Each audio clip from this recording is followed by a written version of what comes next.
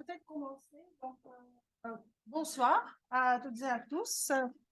Je vous remercie à cette conférence qui va être présentée par Virginie Simagnet, qui a eu plusieurs métiers. Bon. Et donc, qui est spécialiste du théâtre biélorussien, notamment, qui a passé beaucoup d'années à faire de la recherche, qui est devenue une éditrice euh,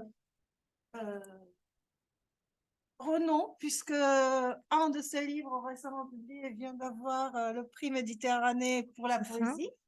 Donc, c'est elle réussit. Il y a quelques quarantaines de titres maintenant aux éditions à soi. Et je suis très heureuse aussi de pouvoir publier maison d'édition qui accueille de la littérature slovaque, puisque voilà, pour faire éditer les œuvres littéraires slovaques en France, ce n'est pas facile. Merci Virginie, donc je profite de cette occasion pour remercier. Et donc merci au PIDAM de nous avoir permis d'organiser cette conférence qui va être autour biélorussien. Donc, nommer une langue, en traduire une autre, le cas du biélorussien. Je laisse la parole à Virginie. Voilà. Merci Diana. Merci à toi, parce que Diana est aussi un des soldats fidèles du Ver à soie. Et je pense que c'est une des personnes qui défend le plus la littérature slovaque en France, en tout cas avec une énergie et un dynamisme assez extraordinaire. Et c'est vrai que c'est un bonheur de travailler aussi entre les langues. En tout cas, moi, c'est ce que j'aime faire. Dans ma maison d'édition, on traduit beaucoup, et notamment aussi des langues dites minorées. Et alors, j'aurais pu parler effectivement de notre travail sur le slovaque. Bon, ma spécialité, c'est quand même plutôt le biélorussien. Alors, je dis biélorussien, je vais m'expliquer, hein, ne me torturez pas tout de suite. je, je vais tout vous dire. Bien évidemment, je choisis de dire le cas du biélorussien. C'est pas que de la provocation non plus. Ça n'est pas qu'instrumental, on va le voir.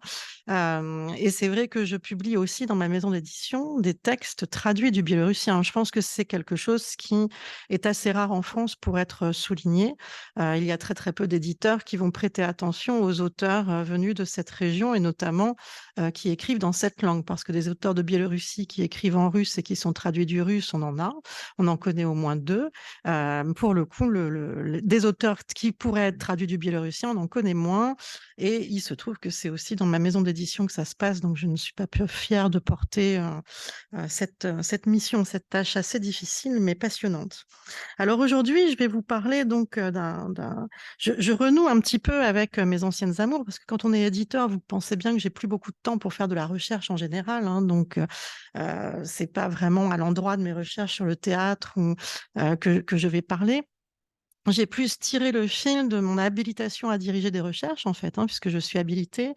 Et j'avais travaillé pour cette habilitation sur l'instrumentalisation politique des langues Biélorussie, Russie, Ukraine. Donc, 19e siècle, le 19e siècle russe, comment on parle de la langue, le discours sur la langue, la question de la langue, c'est ça qui m'avait intéressée. Non pas l'histoire de la langue biélorussienne en tant que telle, parce que ça, bon, bah, chacun peut la raconter à sa sauce, mais comment on parle justement de la langue. Et l'idée, c'était, dis-moi comment tu parles de la langue et je te dirai de quelle politique tu es. Et ça m'avait passionnée. Donc, j'avais soutenu sur cette question. Alors, excepté une apparition récente à l'Université de Bordeaux, cela fait maintenant une dizaine d'années que je n'ai pas pu m'exprimer sur ce qui fut ce sujet principal de recherche pendant mes 10 dernières années de recherche, et avant la fondation du Ver à soie, et donc la question de la langue en Biélorussie. Je dis aussi Biélorussie, je m'en expliquerai. Alors, merci Diana, hein, de me laisser la parole, parce que c'est un phénomène rare depuis 10 ans, en fait, hein.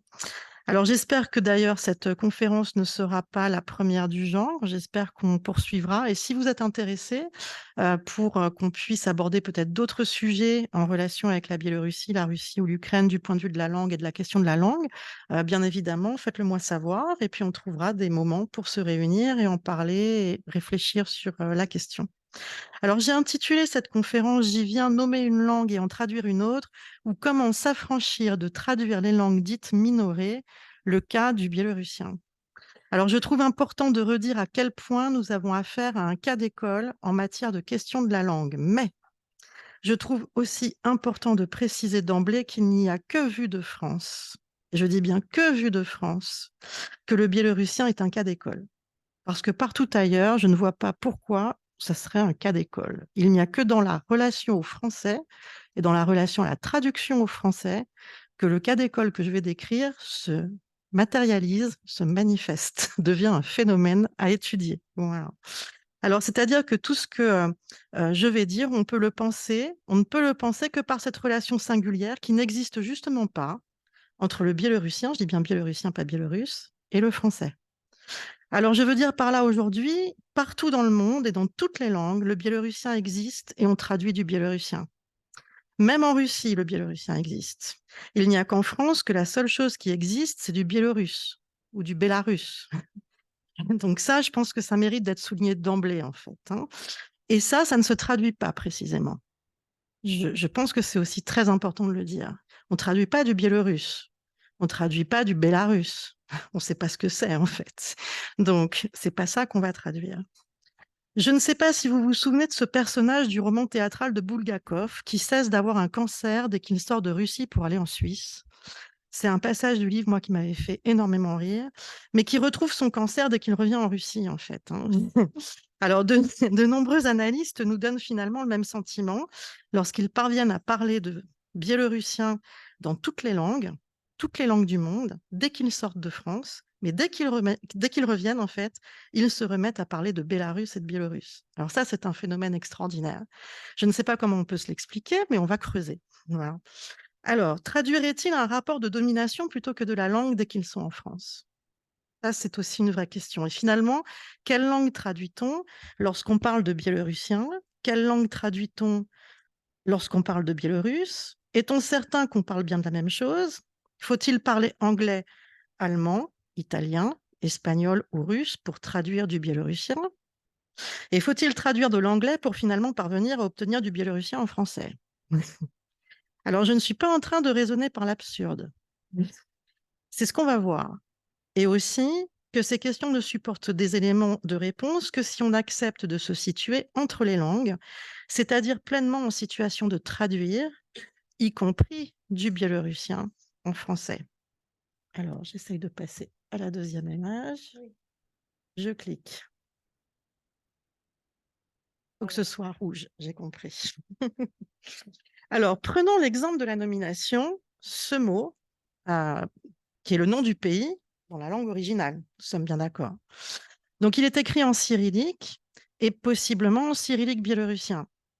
Pour que ce mot soit accessible à un lectorat qui manie l'alphabet latin, j'ai trois solutions, en fait. Soit je transcris, soit je translittère, soit je traduis, a priori. En tout cas, ce sont les trois solutions les plus immédiates. Alors, la translittération. Je rappelle que translittérer en linguistique n'équivaut pas à transcrire. C'est très important parce que dans le domaine biélorussien ou biélorusse, on va toujours faire la confusion, hein. C'est une confusion permanente.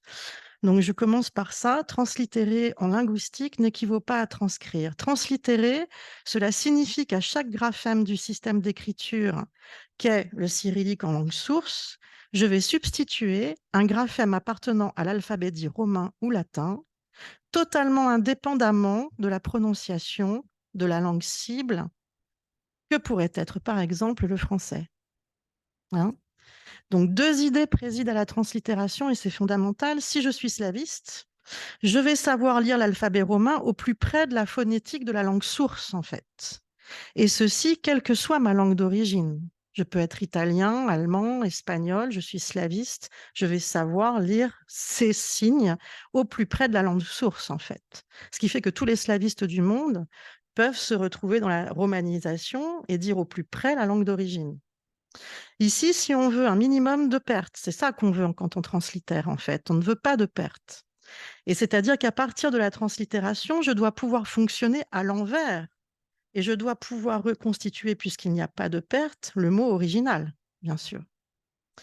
Alors, le signe mou. J'essaye, voilà. Vous voyez ce signe mou là, en cyrillique? J'attire votre attention sur le fait qu'en translittération, toutes les lettres comptent, y compris le signe mou qui se romanise également et qui, en langue originale, est en l'occurrence la marque du féminin. Mmh. Alors, voilà, on y revient. Donc la transcription. Si en revanche on transcrit, on obtient un résultat totalement différent. En effet, la transcription s'organise autour de la transposition des phonèmes de la langue source en d'autres phonèmes qui sont ceux de la langue cible. Alors l'idée est de permettre à des gens qui ne lisent pas du tout le cyrillique et qui ne connaissent rien de la langue source de la prononcer de la meilleure façon possible à partir des sons de leur propre langue. C'est-à-dire qu'une transcription, il y en a une pour chaque langue. Et donc, il faut apprendre à transcrire pour chaque langue. Il y aura donc une méthode de transcription pour chaque langue, de sorte que dans chaque langue, on puisse reconstituer les sons au plus près de ceux de la langue source, mais dans les sons de sa propre langue. Ce qui n'est pas du tout le cas de la translittération des slavistes, en fait.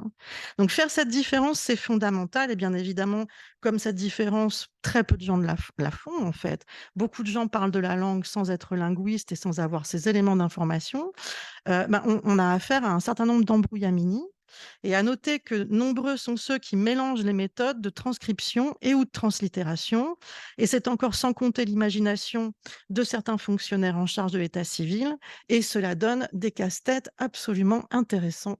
Alors là, par exemple, vous avez je vous montre des exemples, langue source, translittération, transcription. On voit bien que c'est très différent, hein. Il faut bien apprendre les codes. Alors, notez qu'en transcription, il faudrait écrire Biélarus comme ceci. Je ne sais pas si on voit ma petite... non, voilà. Hein, voilà. Et non pas Bélarus avec le signe mot à la fin, hein, voilà. Donc, j'essaye de vous montrer une transcription pour chaque langue. Voilà, là, vous avez... alors, je suis bien à l'image. Voilà, je suis en retard. Mes embryomini, par exemple. Alors, j'en ai un très, très bon. Vous l'avez sur la couverture de mon livre. Les enfants d'Alandrier, c'est publié par Le Ver à Soie de façon fautive. Et je n'ai pas pu faire autrement parce que l'auteur ne voulait absolument pas une autre version de son nom. Pourquoi? Parce que son nom est écrit de cette manière sur son passeport. Et donc là, nous avons affaire au fonctionnaire de l'état civil de Biélorussie qui nous dit que Alger Bakharevitch, ça s'écrit comme ça, donc C-H-A. Et donc moi, en français, je suis censée l'écrire de cette manière. Ce n'est ni une translittération, ni une transcription. On ne sait pas ce que c'est. Et en fait, si je le lis en français, je vais finir par dire Bacharevik, ce qui n'a strictement rien à voir avec la prononciation du mot d'origine, n'est-ce pas? Et donc, il aurait fallu que je le transcrive ou que je le translittère autrement, mais on ne m'a pas laissé le choix. Merci l'administration biélorussienne qui voilà, nous met un petit peu de piment dans nos vies. Et donc, dans ce cas, on ne peut pas fonctionner à l'envers. C'est très important parce que c'est à partir de cette dernière proposition qu'il faudrait pouvoir reconstituer l'orthographe en langue originale. Et alors, si vous voulez, il y a des retours qui sont aussi assez impossibles. Je vais vous montrer mon nom, par exemple. Alors, en langue source, c'est Chimanietz, d'accord? Quand mes grands-parents sont arrivés, ils ont demandé à ce que ce soit écrit comme ça, Chimanietz, translittéré. Et puis, on a créé un gallicisme à la française. On a dit Simagnac, d'accord? Donc, je m'appelle Virginie Simagnac, en fait. Donc, tous ceux qui connaissent le cyrillique me disent oh, Chimanietz. Maintenant, en fait, en français, c'est Simagnac maintenant. Voilà. Donc, il faut savoir quelle langue on parle, hein. C'est ça qui est important. Et puis, comme il a fallu que je retourne en Biélorussie, sur mon passeport, on m'a russifié mon nom, c'est-à-dire qu'on m'a mis du Simanic. Et donc, la russification, elle s'est faite à partir du gallicisme. Elle ne s'est pas faite à partir de la langue originale. Et ça, c'est l'histoire de la Biélorussie, hein. Je vais vous dire, on est en plein dedans. C'est-à-dire qu'en fait, tout le monde croit avoir la vérité, mais la vérité, c'est ça. Et la vérité, c'est qu'en fait, il n'y a rien qui colle. Donc, ça peut être drôle, mais ce n'est pas drôle tous les jours, hein. Il peut y avoir des situations où ce n'est pas drôle du tout, bien sûr. Alors, je félicite les fonctionnaires de l'ambassade de Biélorussie et de Russie d'avoir créé ça. C'est assez magnifique. On pourrait donc croire que la translittération et la transcription réduisent les marges d'erreur, mais encore faut-il en maîtriser les règles. Certaines erreurs peuvent déboucher sur des disparitions. Essayez de trouver le cinéaste Yuri Khetchevatsky ou l'auteur Algerd Bakharevitch sur la toile en suivant les règles de translittération ou de transcription, vous ne les trouverez pas. Il se trouve qu'ils sont d'opposition, ça tombe bien. Donc en fait, à moins d'avoir appris par cœur des transcriptions ou des translittérations fautives, vous n'allez pas pouvoir tomber sur leurs œuvres. Et donc la méthode de censure est implacable, imparable, magnifique, parfaite. Voilà. Donc ça aussi, c'est un enjeu extrêmement important de la question de la translittération et de la transcription. Je parle pour le français, hein, bien sûr, hein, je ne m'exprime absolument pas pour l'anglais, l'allemand, etc. Donc, je vais passer à l'image suivante. Voilà. Ah, alors, troisième solution, la traduction. Alors, j'ai montré ailleurs que le terme biélorusse commence à être employé par les savants de l'Empire de Russie pour désigner une région de l'Empire après le congrès de Vienne, 1813-1815. Ce congrès de Vienne, il est très important parce qu'en fait, il solde la campagne de Russie, la campagne napoléonienne de Russie. Alors, ce terme est alors une traduction en russe du français. Et ça, alors on a l'habitude de dire, évidemment, on va traduire Biélorusse, on va traduire par Russie blanche. Historiquement, c'est l'inverse qui se passe. C'est Napoléon qui va en Russie. Il désigne comme Russie blanche un territoire qui est dans la région de Pskov, totalement éloigné de l'endroit où se trouve l'actuelle Biélorussie. Il appelle ce territoire Russie blanche. Et j'imagine que par tout un jeu de pourparlers, bon bref, ce mot arrive dans les oreilles, voilà. Mais en fait, le mot Biélorusse, tel qu'on le voit là, est une traduction de cette idée napoléonienne, en fait, hein. Et ça, c'est quand même quelque chose qu'on ne rappelle absolument jamais. C'est-à-dire aussi la responsabilité de la langue française, finalement, dans certaines traductions en russe, puisqu'à cette époque, en tout cas en 1813, la cour ne parle pas nécessairement en russe, elle parle le français en Russie. D'accord? Donc ça, ça fait partie des points un peu charnières. J'aimerais qu'on les garde à l'esprit pour continuer parce que ça me paraît important. On ne parle pas toujours russe à la cour de Russie, en fait. Et on ne dit pas toujours les choses en russe. On passe parfois par le média d'autres langues pour créer des mots et des catégories de discours. Alors, si j'ai pas les lunettes, ça va pas aller. Alors, donc cette catégorie de discours est d'abord employée par les généraux de Napoléon dans le cadre de la campagne de 1812 pour désigner un territoire à conquérir. Ce qu'implique cette traduction à partir du français est pourtant vertigineux. Lors du congrès de Vienne, l'Empire de Russie a avalé la majeure partie de ce qu'était le royaume de Pologne et du Grand-Duché de Lituanie. Le mot Roussie avait déjà commencé sous Catherine II à désigner en langue russe les anciens territoires de la Ruche du Grand-Duché de Lituanie. Désormais, ce mot va pouvoir être employé pour désigner des territoires qui viennent d'être inclus dans les frontières de l'Empire de Russie. Cela va susciter une véritable levée de bouclier. Pourquoi? Parce que l'introduction d'un rapport de synonymie entre Roussia, Rassia et Ruche vient modifier le sens même du mot russe tel qu'il était employé côté polonais, côté Grand-Duché de Lituanie, hein. Son usage est modifié, son histoire va être réécrite, sa territorialité va être questionnée, les groupes de population et la langue slavon-rutène qui lui étaient historiquement associés vont également être questionnés et remis en question. Et cela en modifie même l'usage au point que le risque est tout simplement d'en effacer l'histoire, en fait, hein, cette histoire qui a précédé le congrès de Vienne. Alors, je ne suis pas très dégourdie avec la technique. J'ai appelé cette image 10 dans mon texte la guerre. Alors pourquoi? Parce que le congrès de Vienne va marquer le début d'une guerre des idées qui va perdurer jusqu'à nos jours, qui est sans fin en fait, et qui tout au long du 19e siècle et jusqu'au traité de Versailles a fait couler une quantité d'encre considérable. Et cette guerre va opposer deux camps. Une école qu'on appelle souvent une école polonaise, et quand je dis polonaise, je le mets entre guillemets, c'est-à-dire également au sens catholique du terme, hein, qui revendique les dénominations qui étaient en usage avant le congrès de Vienne au sein de la Pologne et du Grand-Duché de Lituanie. Cette école refuse la relation de synonymie qui va exister plus tard entre Russia, Rassia et Russe, hein. Alors, ce qui est très important à comprendre ici, c'est que ce refus, il est organisé autour d'une langue. Et cette langue, c'est le latin, hein. Donc, on introduit le latin, et quand vous voyez, par exemple, Ruthénie blanche aujourd'hui en français, il faut savoir que c'est traduit du latin, en fait. Ça n'est pas du tout traduit du biélorussien ou du polonais. Donc dire, par exemple, vous avez le mot Biélarouche et il faut le traduire par Ruthénie blanche, en fait, vous passez par le média du latin. Ça, c'est important à comprendre aussi. Alors, l'autre école, elle est souvent appelée russe, mais également au sens orthodoxe du terme, bien sûr. Et elle revendique au contraire l'existence d'une synonymie largement contestée, du coup, entre Rus, Russia et Rassia. Et j'attire votre attention sur le fait qu'on parle bien en russe de Biélorussie et pas de Bielaya Rassi. En fait, moi, je l'ai jamais véritablement entendu, sauf pour parler de nom de club ou de. Mais en tout cas, ça ne désigne strictement jamais un territoire ni une population, hein. On n'est pas du tout là dans ce sens de Russie blanche telle que nous, on l'a dit en français, hein.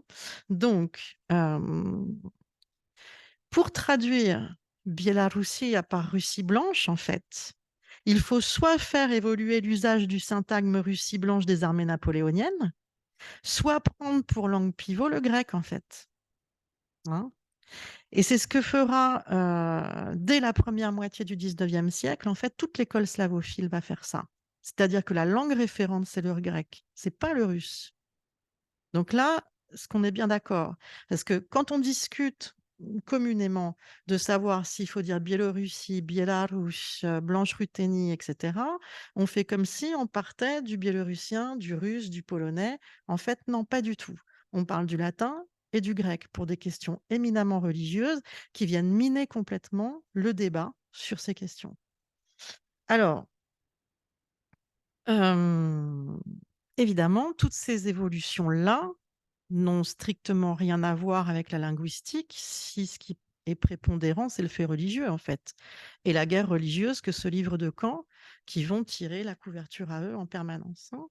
Alors, à noter également que ces traductions balisent non seulement des territoires différents, mais des époques différentes. D'un côté, nous avons affaire à des vocables qui sont nés avant le Congrès de Vienne, de l'autre, des vocables qui sont nés après le Congrès de Vienne. Et il faut attendre l'Empire de Russie tel qu'il se structure après le Congrès de Vienne pour que les savants russes associent progressivement la notion de Biélorussie à la région dite du nord-ouest de l'Empire. C'est-à-dire qu'ils vont procéder à un déplacement de ce qu'avait proposé Napoléon, en fait, hein. Voilà, un déplacement vers l'ouest. Et j'ai montré ailleurs qu'il ne s'agissait pas du tout d'un processus naturel, que cela a pris plus d'un siècle en fait à se mettre en place et en œuvre, que cela a fait couler une encre considérable. Donc tous les discours aujourd'hui sur la Biélorussie, pays méconnu, gna gna gna, excusez-moi, mais en fait c'est tout le 19e siècle, c'est des milliers et des milliers de pages en polonais, en français, en allemand, en russe qui sont écrites sur cette question, parce qu'en fait qu'est-ce qu'on essaye de comprendre là? C'est où va passer la frontière orientale de l'Europe en fait, hein. Et elle va passer dans cette région, donc c'est ça qu'on veut comprendre, c'est où ça va s'arrêter, où va commencer le même, où va se terminer le même, où va commencer le différent. C'est ça qui est en jeu. Et est-ce que les Russes sont bien des Européens? Donc ça va être vraiment, tout ça, ça se joue dans un débat bien plus large.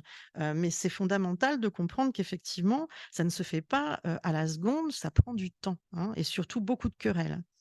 Hem, c'est allé de pair aussi avec l'idée d'élaborer une russité pure qui permettait, au moment où les territoires du Grand-Duché de Lituanie et de la Pologne sont rentrés dans l'Empire de Russie, d'éliminer, progressivement la polonité et la judéité de ces territoires.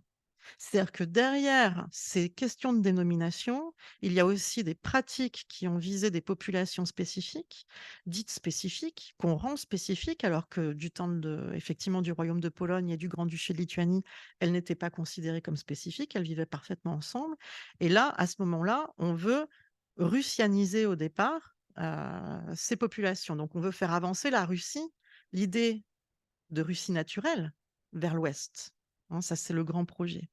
Alors, j'attire enfin votre attention sur le fait qu'en biélorussien, le mot Biélarouche ne date donc pas de 1991, hein.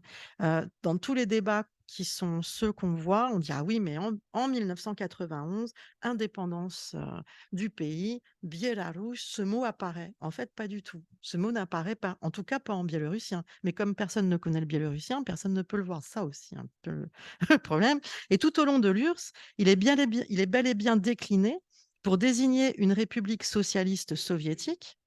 Et à la fin de l'URSS, ce sont ces désignations politiques qui disparaissent et certainement pas le nom du pays, hein. Donc là, je vous l'ai mis en bas de tableau, hein, vous voyez, Biélorusse. Enfin, c'est toujours là, en fait, hein. Ça n'a pas bougé, ça, par contre. Alors, du 19e au 20e siècle, on a privilégié trois manières de désigner les habitants du pays en accord avec les clivages que vous voyez dans ce tableau, en fait, hein. Dans les années 30, il faut savoir qu'il existait à Paris une association des Blancs ruthéniens de France, par exemple. C'est comme ça que les gens se désignaient et ils désignaient leur pays comme étant la Blanche Ruthénie, pas du tout la Biélorussie ou pas du tout la Biélorusse ou je ne sais quoi. À dater des accords de Yalta, il existe en France une association des Biélorussiens de France, déclarée comme telle en préfecture, pas des Biélorusses, des Biélorussiens. C'est comme ça qu'ils s'appellent eux, en fait.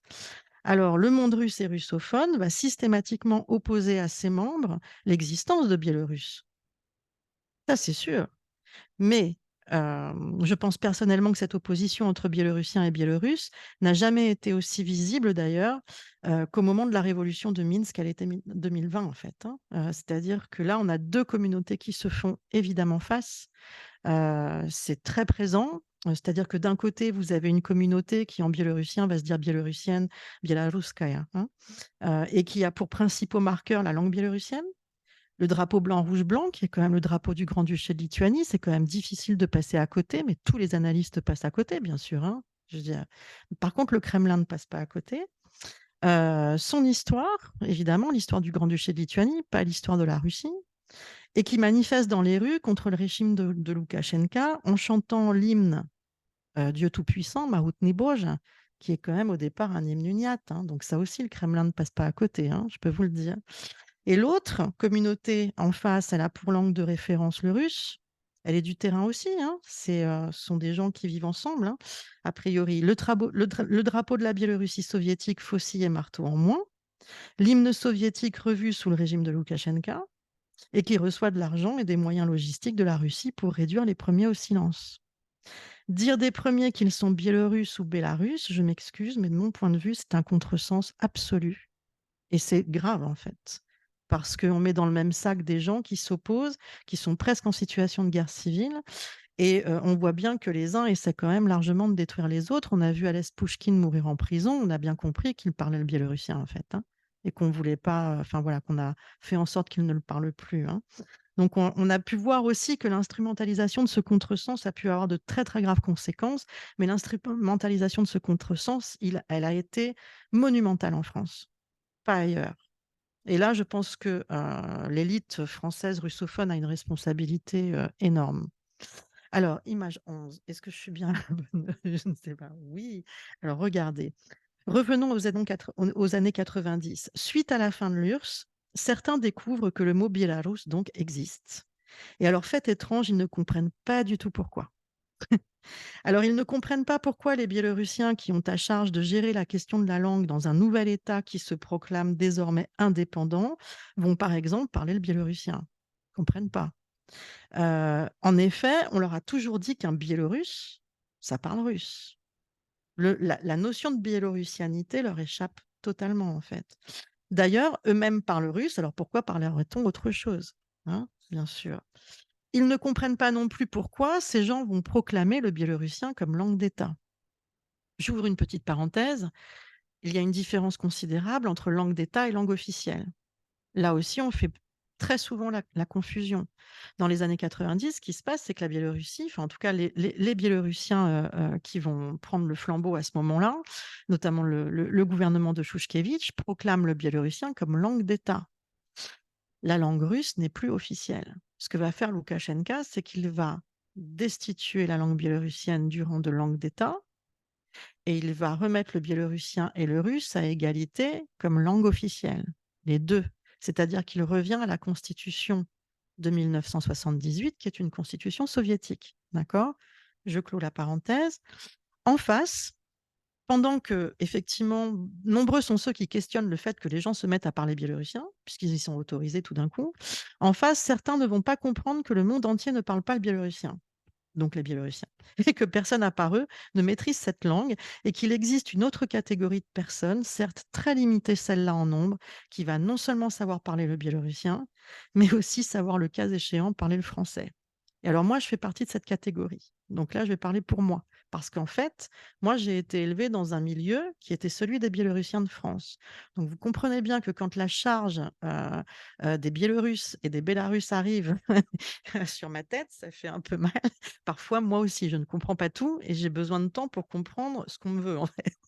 Parce que ça correspond pas du tout, en fait, à ce qu'on m'a appris, finalement. Donc on se retrouve en porte-à-faux entre Biélorussiens, Biélorusses. On est censé être, voilà, pouvoir se comprendre, parler la même langue et en fait, on n'a pas du tout les mêmes idées parce qu'en fait, très clairement, il ne suffit pas de parler la même langue pour avoir les mêmes idées, hein, on le sait. Alors là-dessus va arriver, mes amis, l'ONU. Alors sur ce arrive l'ONU et l'ONU nous dit avec le gouvernement biélorussien de l'époque d'ailleurs, que désormais nous allons devoir parler le biélorussien dans toutes les langues du monde. Et pour ce faire, on nous enjoint désormais d'utiliser la transcription biélorusse. Alors, qu'est-ce qui me fait dire qu'il s'agit d'une transcription et non pas d'une translittération? Il y a une perte, elle se voit, hein. Alors, hop, la perte.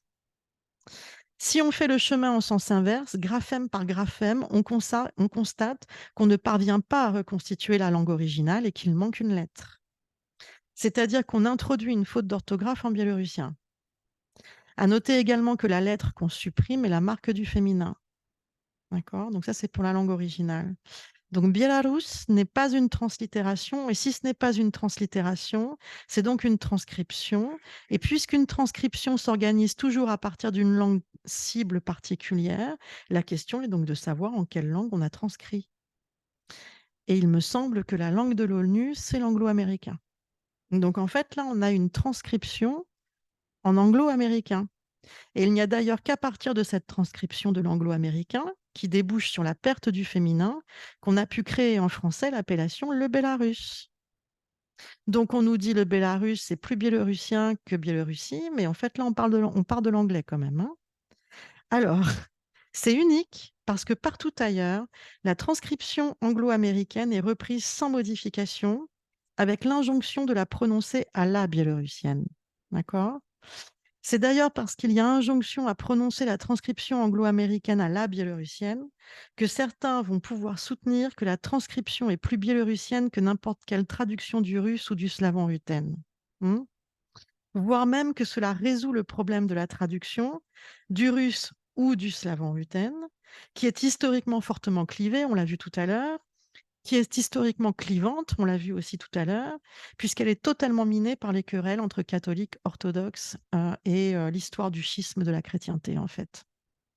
Donc en France, lorsqu'à la fin des années 90, j'interroge le premier conseiller politique de l'ambassade de France de Minsk, lui-même d'origine russe par ailleurs, sur la question de savoir, mais pourquoi on a choisi de créer le Bélarus en français, il me répond qu'on a au moins 3 problèmes. Et là, accrochez vos ceintures. Le premier problème, c'est le terme prôné par l'ONU est exogène selon lui. Il écorcherait la belle langue française et il n'est donc pas question d'introduire dans la langue française un mot étranger, déjà d'une part.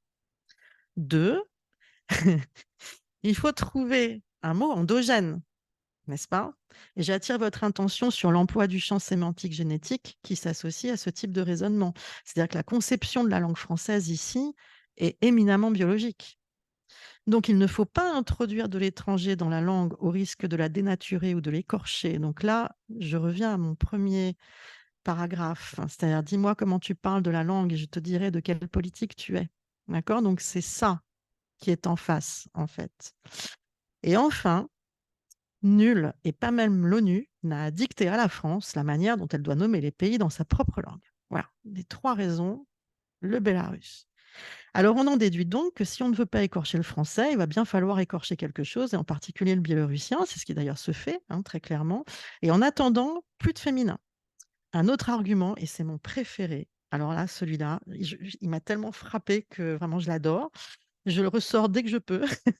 Alors cet argument, c'est, aussi que les mots français en us, vous entendez bien us, ne supportent pas le féminin. C'est une règle de grammaire française, d'accord? Voilà. Donc le bélarus, c'est une règle de grammaire française aussi. Tout va bien. Donc là, on a créé un mot endogène qui n'écorche pas du tout la langue française. Alors, donc pas de féminin, les mots en russe ne supportent pas le féminin, plus non plus de biela, parce que ça signifiait blanc, donc ça devient bella, ce qui signifie strictement rien.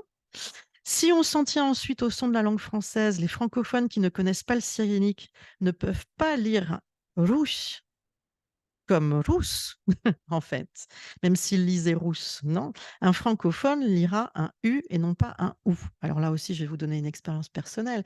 Moi qui ai été élevée parmi des Biélorussiens, quand j'étais petite, ben, j'arrivais pas à prononcer les U. Et donc, je disais toujours, j'ai bien bu, j'ai bien mangé, j'ai la peau du ventre bien tendue. Et mes parents ont décidé de me soigner du bilinguisme de façon radicale en me faisant voir un orthophoniste à l'époque qui m'a appris à prononcer les U. Donc, je peux vous garantir que cette lettre, c'est un U en français, c'est pas un OU. Alors, les Biélorussiens vont me dire, oui, mais ça se dit Biélarus. Oui, mais ils lisent en biélorussien. Moi, je lis en français le bélarus. Et quand je lis le bélarus, qu'est-ce que j'entends? J'entends russe. J'entends pas russe, légendaire, ancienne, antique. Non, j'entends vraiment le russe, voilà, français. Et donc, je lirai russe, j'entendrai russe, c'est-à-dire qu'en France, on s'est quand même débrouillé pour laisser le son à la phonétique française, de réintroduire dans le terme transcrit de l'anglo-américain, quand même, c'est ça qui est drôle, sinon ça serait trop simple, l'idée que cette transcription avait au départ cherché à faire disparaître. Et l'idée qu'on avait cherché à faire disparaître, c'était à la fois l'idée de Russie, évidemment, et à la fois l'histoire d'un rapport de domination quand même qui était censé avoir pris fin au moment de la chute de l'URSS et de la proclamation d'indépendance de la République à Biélorusse. Hein, là, je viens de le dire en biélorussien, c'est pas le Bélarus. D'accord. Donc, image 14. Voilà. Alors, en attendant, du syntagme le Bélarus vont presque immédiatement naître les mots Bélarus et Bélarus. Alors, un Bélarus, une Bélarus, des Bélarus. Alors on a c'est-à-dire qu'on est exactement là à contresens de ce que souhaitait le gouvernement biélorussien de l'indépendance quand même. Avec en plus cette fois des Russes décidément pas tout à fait comme les autres. Alors les Biélorusses sont pas tout à fait comme les autres non plus. C'est pas des Russes comme les autres. C'est un peu des sous-Russes quand même, les Biélorusses. Donc en fait là, on a des Russes qui sont pas tout à fait comme les autres, mais au lieu d'être biéla, c'est-à-dire blancs, cette fois ils sont béla, c'est-à-dire qu'ils sont russes et béla en fait. Donc c'est formidable. Et alors, le message, c'est non seulement qu'on se fiche éperdument du sens du terme original, finalement, parce que qu'est-ce que ça veut dire Biélarus? On s'en fiche. Et que le rapport de domination, il est rétabli, que la russité des premiers concernés, elle est rétablie aussi, et qu'on s'est cette fois arrangé pour vider totalement le nom des dits concernés de leur sens, en fait. Hein. Donc, on a enlevé la russe et on a finalement aussi enlevé le blanc. Un peu comme si on s'était accordé sur le fait que désormais, on n'avait plus du tout besoin de traduire, en fait. C'est ça qui est le plus choquant, je pense. En tout cas pour moi. C'est-à-dire qu'on n'aurait finalement plus besoin de comprendre.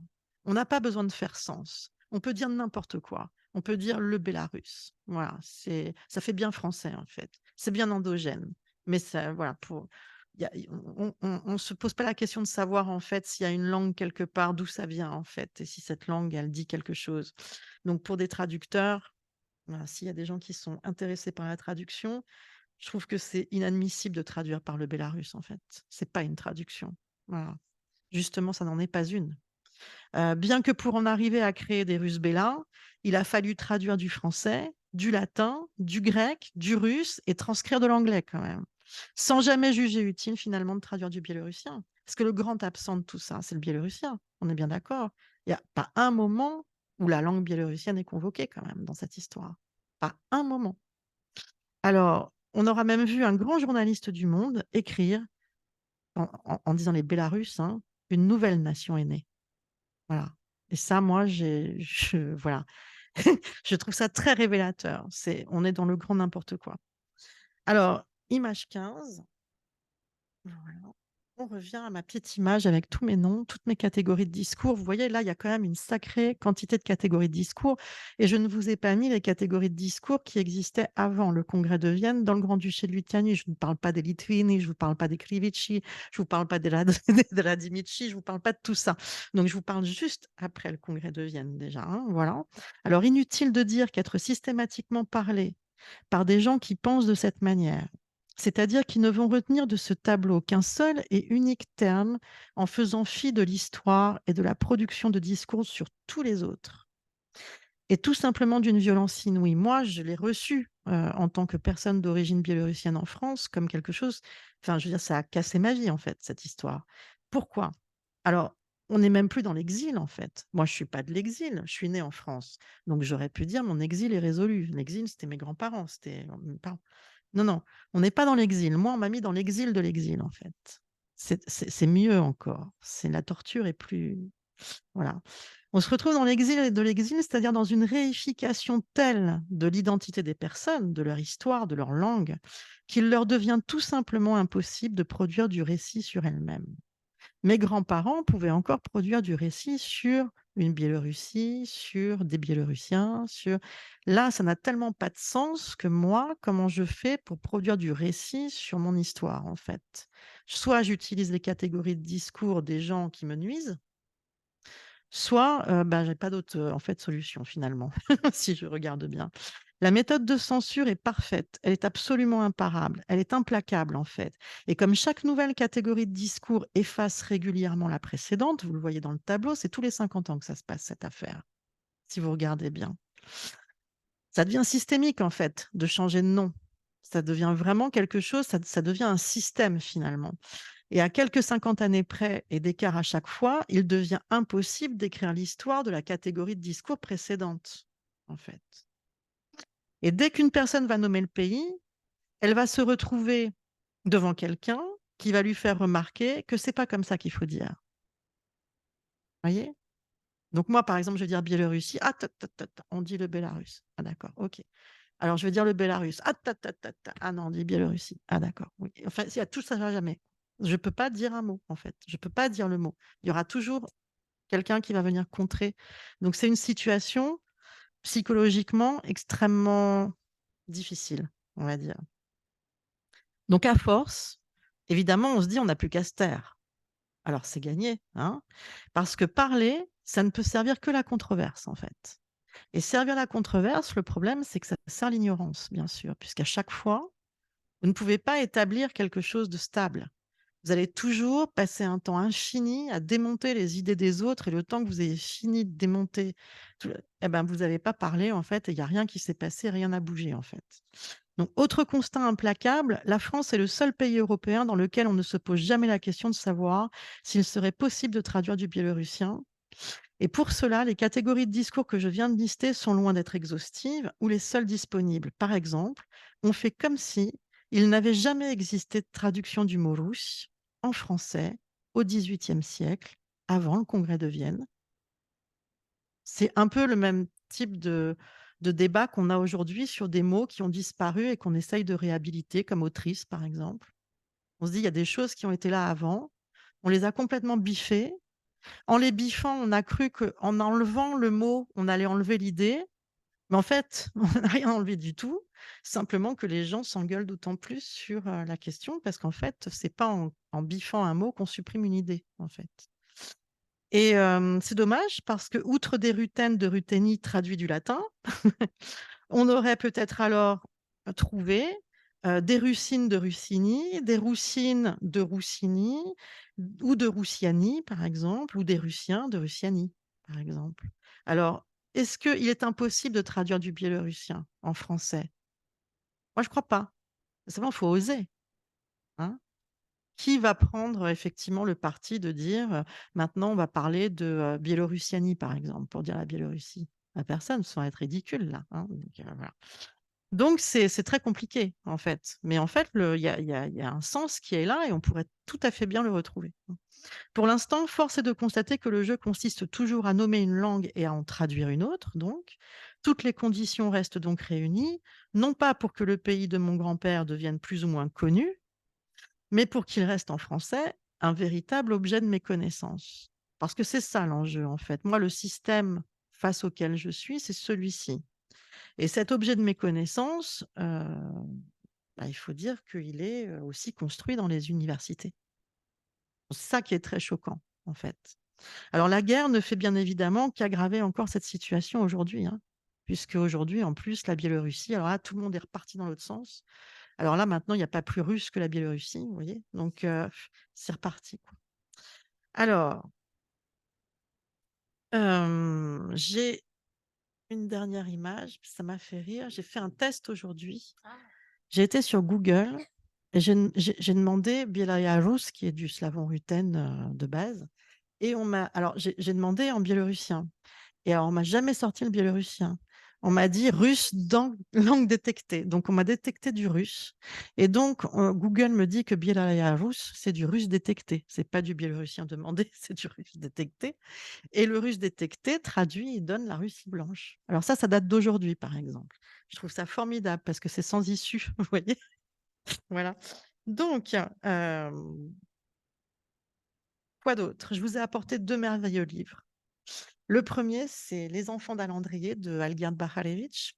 Alors, si vous voulez tout savoir sur la langue, l'état de la langue, la condition des enfants entre le russe et le biélorussien en Biélorussie, c'est ce livre qu'il faut lire. C'est de la fiction, hein, donc Algird va nous raconter une belle histoire. En revanche, s'il a vécu le quart de ce qu'il imagine pour ses enfants, on comprend pourquoi il est bègue. Voilà, donc c'est très intéressant parce qu'on passe par les sentiments et on voit bien que cette relation de domination, elle est quand même extrêmement violente, hein. Voilà, donc c'est un très, très grand livre, c'est un roman fou. On voit bien qu'un de ses grands modèles, c'est Bulgakov aussi, il y a beaucoup d'absurde, mais n'empêche que, c'est un tableau de la Biélorussie contemporaine, mais vraiment en profondeur qui est, exceptionnel.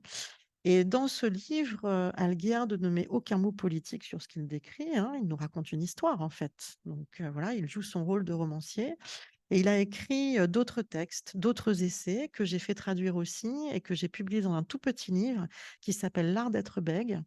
Et dans ce petit essai, il met des mots, cette fois, il qualifie ce qu'il décrit dans le roman en termes politiques. Et donc, ça s'appelle L'art d'être bègue ou autres essais sur le fascisme. Voilà. Donc, c'est très intéressant aussi. Et c'est encore un autre point de vue. Alors là, pour le coup, de l'intérieur, hein, puisque Alguerd est biélorussianophone, il est russophone, hein, mais il est bègue. Voilà. Donc, et c'est un très, très grand auteur du pays qui est actuellement en exil. Voilà ce que j'avais à vous dire. Si vous voulez effectivement ces livres, eh bien voilà, moi je suis là. Si vous avez des questions, je peux y répondre.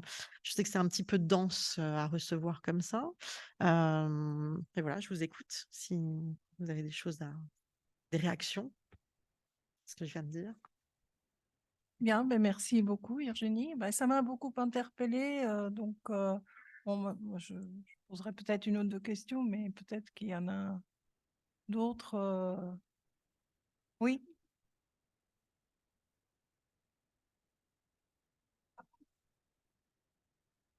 Bah, c'est-à-dire que non. Non, et j'ai pas d'explication parce qu'ensuite les Russes, en tout cas les savants russes, vont trouver des explications.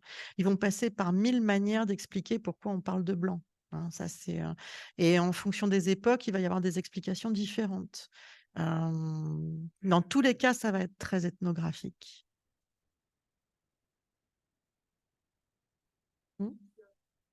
Absolument, c'est vraiment le militaire et enfin, pendant tout le 19e siècle, la production des catégories de discours, est une production militaire, vraiment. Il y a pas, quelques savants universitaires, sont autour pour écrire tout ça un petit peu mieux, mais globalement, oui, oui, c'est le monde militaire qui crée ces catégories, qui arrive sur les territoires, qui découpe les territoires, qui décide que tel type de population va être spécifique et va pouvoir être associé à tel autre type de population.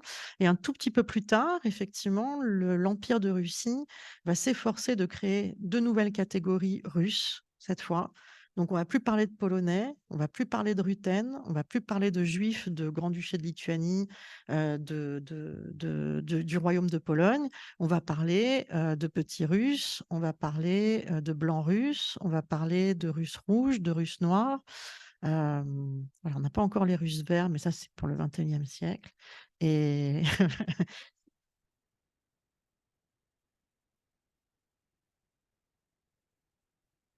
je pense que du point de vue des militaires napoléoniens, oui. En revanche, les gens de l'Empire ensuite, ça ne va pas être géographique. Là, on est en train de construire une race russe, en fait. Donc là, on change de dimension. Ouais, ouais. Non, non, je vous en prie. Absolument, ça s'emploie aussi ailleurs. Tout à fait. Et c'est une épine dans le pied de l'historiographie impériale russe, parce qu'il se trouve qu'il y a aussi des Ruthènes, d'anciens Ruthènes dans l'ancien empire d'Autriche, et qui n'ont pas eu du tout les mêmes lois linguistiques, qui ont pu se développer complètement autrement et garder leur nom. Donc voilà, les frontières ont changé, les territoires ont été découpés de façon différente, mais effectivement, il s'agissait d'une même, voilà, Continuum. d'un même continuum linguistique. Absolument. Disons cela, oui. Mais je ne sais pas si c'est le latin qui a fait beaucoup de confusion ou si c'est l'usage qu'on en a fait.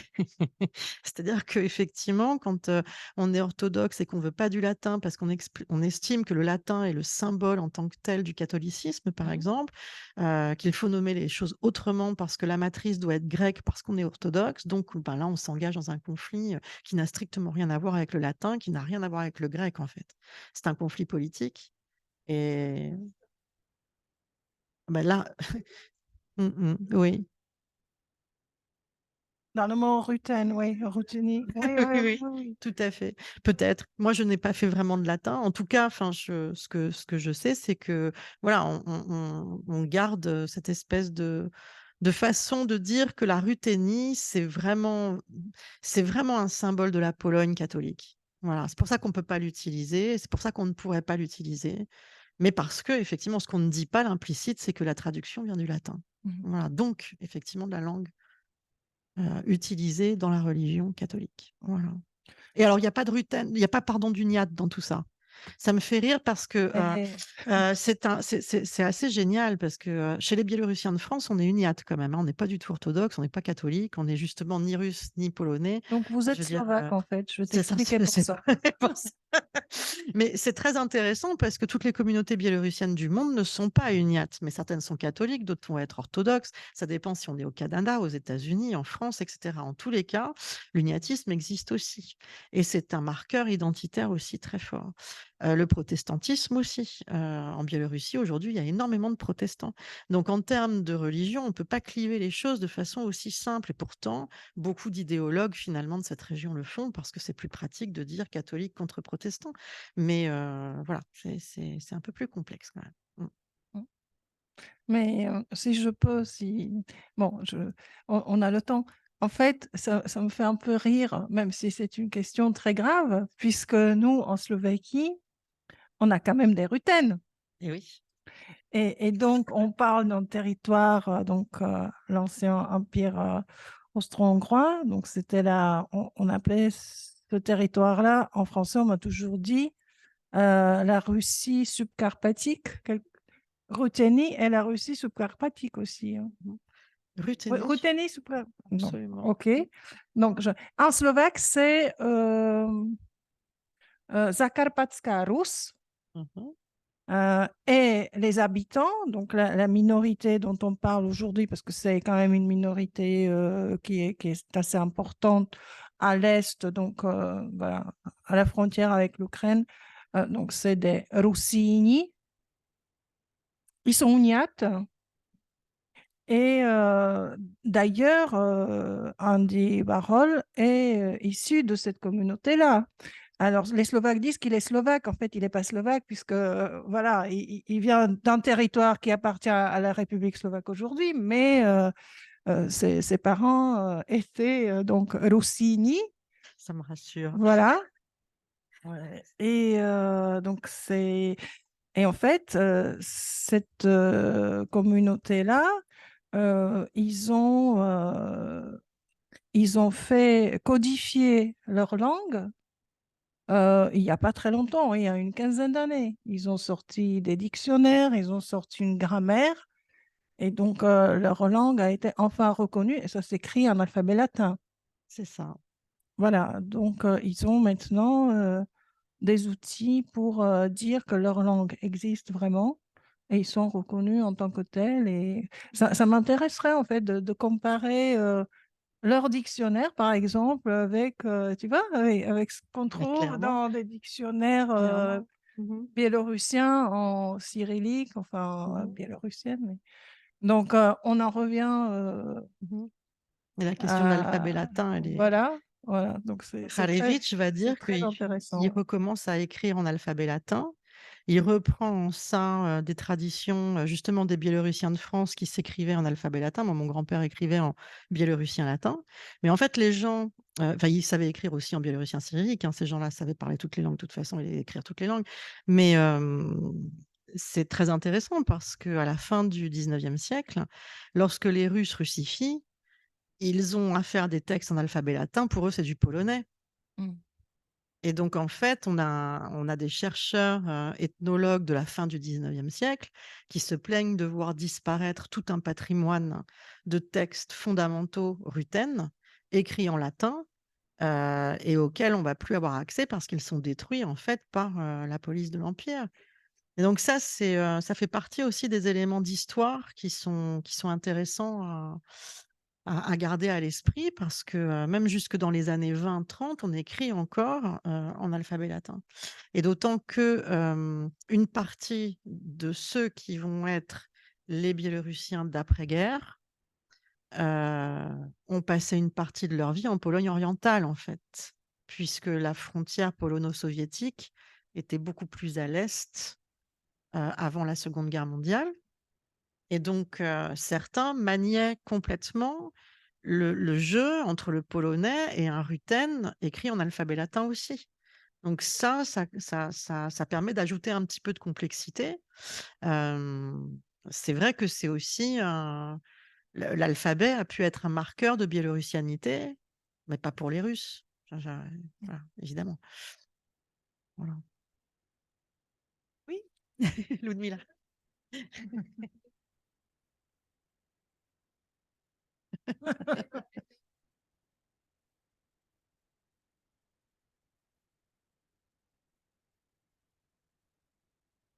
Mhm.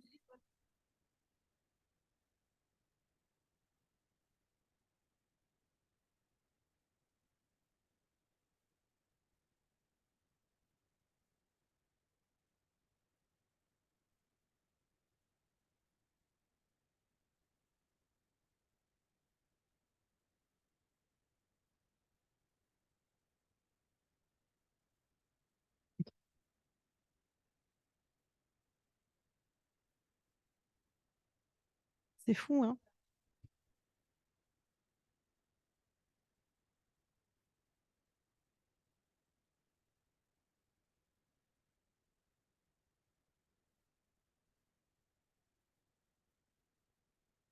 Mhm.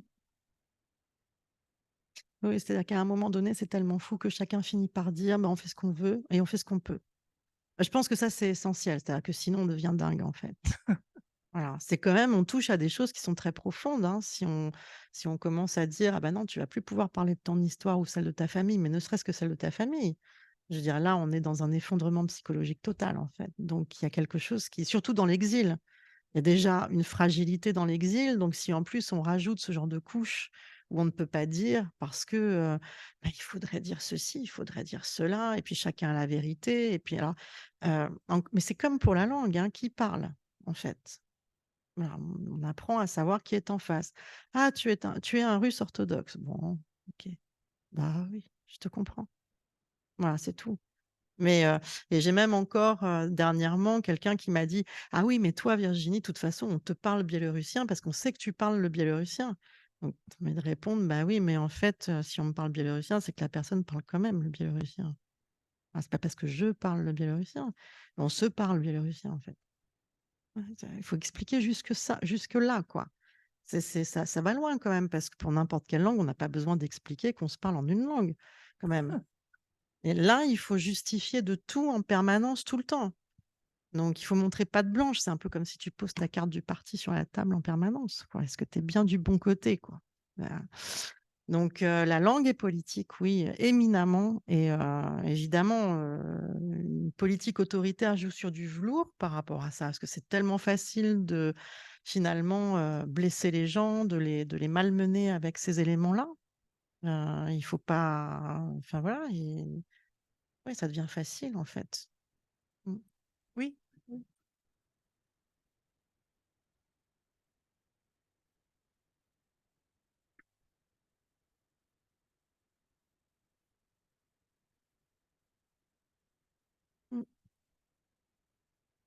Mm.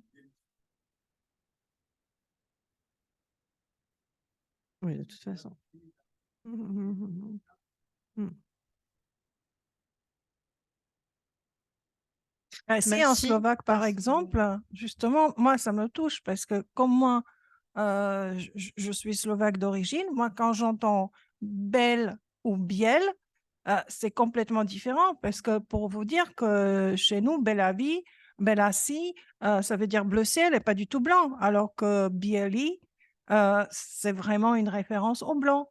Donc, c'est vraiment, Là, parfois, je ne c'est... l'ai pas écrit, Jacques, mais si tu prends par exemple le Bélarus et que tu vas à l'envers, tu reviens vers la langue originale, tu serais obligé d'écrire B et un E inversé, en fait. Tu n'écrirais pas Tout à IE, fait, en fait. tout à Hein, fait. voilà. Le est dur, quoi. Donc, en Ouais. fait, tu introduirais une faute en langue originale. Mais là, c'est très clairement du français. C'est très clairement pas du français, pas de la langue, de celui qui transcrit ou pas, en fait, de celui ou celle qui va transcrire ou pas. C'est là qu'il y a un manque de rigueur. Quand tu as affaire, bah évidemment, Mm.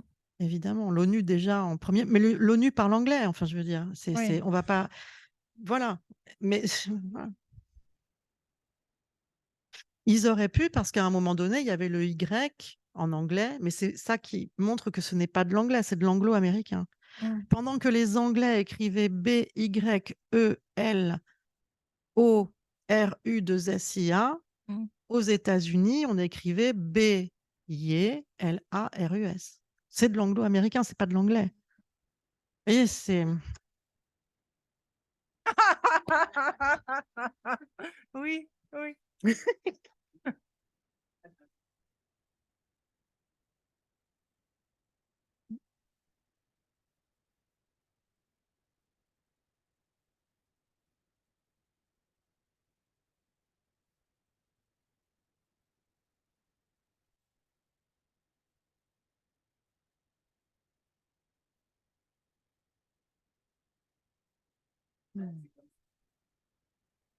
Ah oui.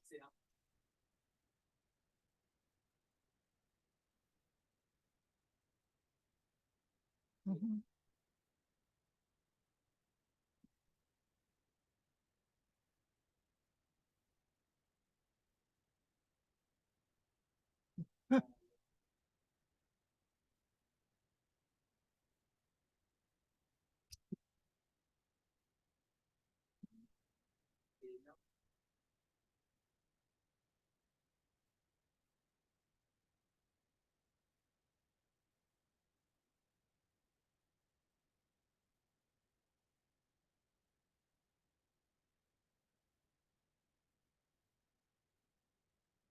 Mhm. Mhm.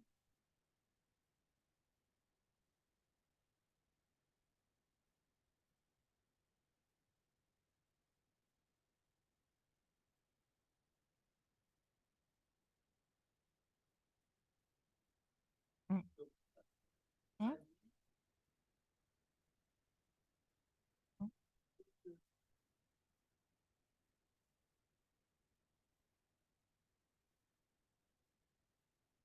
Mm.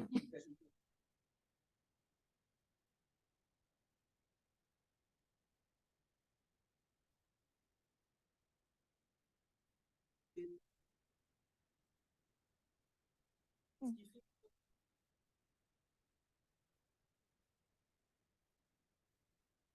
Mm.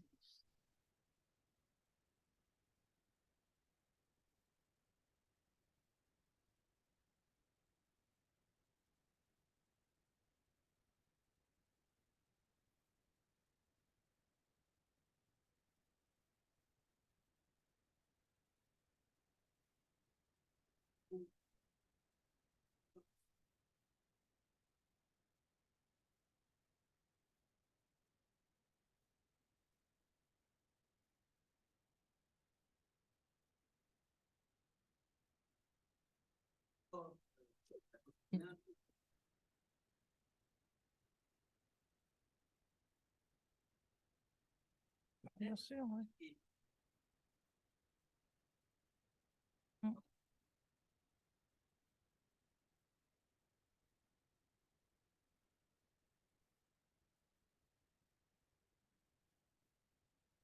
Mm. Mm.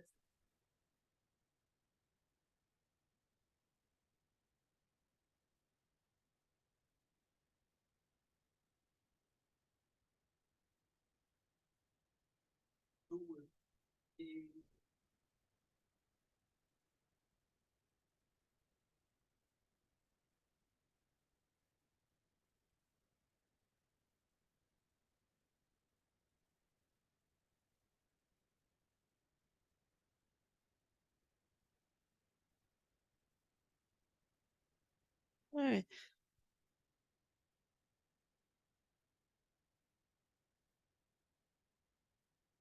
Ah, mais complètement, oui.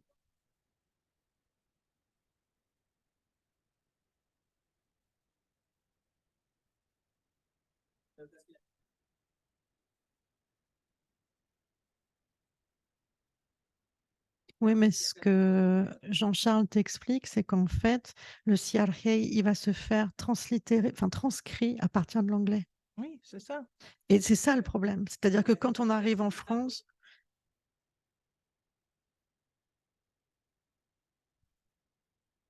eh ben voilà, Eh oui, voilà, nous c'est on ça est le en problème. France et du coup, c'est pas nos règles Anglais. de transcription.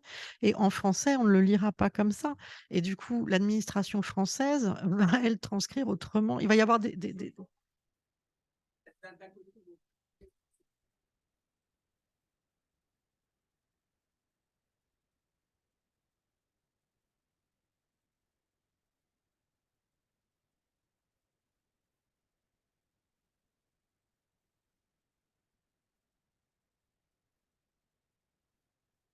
Ce qui fait qu'on revient... oui, oui.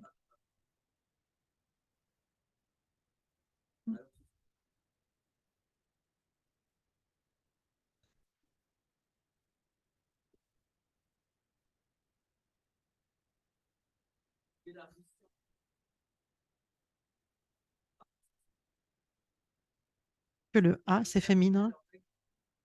Tout à fait. D'où Loukachenka, on ne peut pas l'écrire dans un journal, par exemple, comme Le Monde, il faut toujours dire Loukachenko, parce que là, on voit que c'est un homme. Sinon, on va croire que c'est madame. Non, mais c'est ça, on est à ce niveau-là quand même, je veux dire. Oui, oui, mais c'est comme quand on nous dit, par exemple, il faut pas dire biélorussien, il faut dire Bella, parce qu'il y a le A. Le A, c'est le symbole de la Biélorussie. C'est Ah bon? fantastique. Mais oui, le A. Le A, c'est la lettre. Et donc, le O en français dans biélorussien, j'ai entendu dire, on m'a dit, mais vraiment, mais sans sourciller, mais sans vergogne, ah non, mais le O, c'est du russe dans la langue française. Alors, macro, Yugo, non, c'est une réduction en fait. Et alors, c'est extraordinaire parce que on va dire, oui, mais Biela, il y a bien la lettre de transition A, sauf qu'en langue originale, c'est pas une lettre de transition, c'est la déclinaison au nominatif singulier de blanc en fait. Donc les gens n'y comprennent rien. En fait, notre problème, Rien, oui. c'est que la plupart des gens qui parlent des langues ne sont pas des linguistes, en fait. Alors, si ce sont des journalistes qui vont dire ce que tu dis, ah bah oui, c'est un A, attention, c'est une fille, non, il faut mettre un O parce que ça va être un garçon. Ben oui, on a toujours Loukachenko en russe, par exemple, qui est très clairement translittéré du russe, par exemple. Et moi, je pense que, enfin, quand je t'entends, je reviens toujours à la même chose. Dans quelle langue on parle, en fait?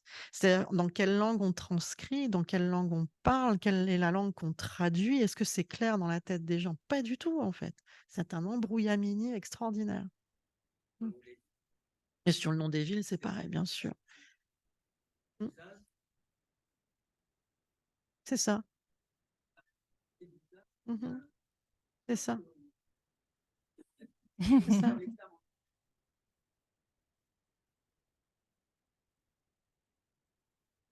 Mhm. Mm. C'est ça. C'est comme ça qu'on te dit que Minsk, c'est l'usage en biélorusien. Ben non, en fait, là, tu es en train de traduire du russe. Donc là, tu sais pas ce que tu traduis, en fait. Voilà. Et tout est comme ça. Ouais. C'est très, très problématique à vivre, en fait. C'est-à-dire que Bon, ce serait drôle si ça durait pas 50 ans. Enfin, moi, j'ai déjà 54 ans, je trouve plus ça drôle, en fait. Je vais vous dire, sincèrement, il y a un moment où ça fatigue aussi. Parce qu'on se dit, à chaque fois, on est contesté sur des choses enfin, par des gens qui sont d'une incompétence hallucinante et qui finalement ne réfléchissent pas à quelle est la langue déjà qu'ils emploient ou qu'ils traduisent ou qu'ils transcrivent ou qu'ils translittèrent. Enfin bon, voilà, déjà, une rigueur là-dessus nous ferait beaucoup de bien à tous. Parce qu'on pourrait enfin peut-être parler de choses sérieuses, quoi. Enfin, ne pas perdre du temps de vie à expliquer que non, en fait, le problème, c'est pas de savoir si Loukachenko, c'est un homme ou une fille. C'est pas ça le problème. bon, ben merci beaucoup Virginie. On va peut-être clore comme ça. Et puis, si vous voulez regarder le livre, les deux livres que Virginie a apportés, ben, c'est maintenant. Sinon, je vous invite à prendre peut-être un petit verre et manger un petit coup au premier étage à l'office, parce que ce soir, je viens de l'apprendre juste à 6 heures par la responsable du centre, donc rue de Lille. Et il y aura une conférence ici à 20 heures, ce qui fait qu'ils ne vont pas nous chasser à 19h45.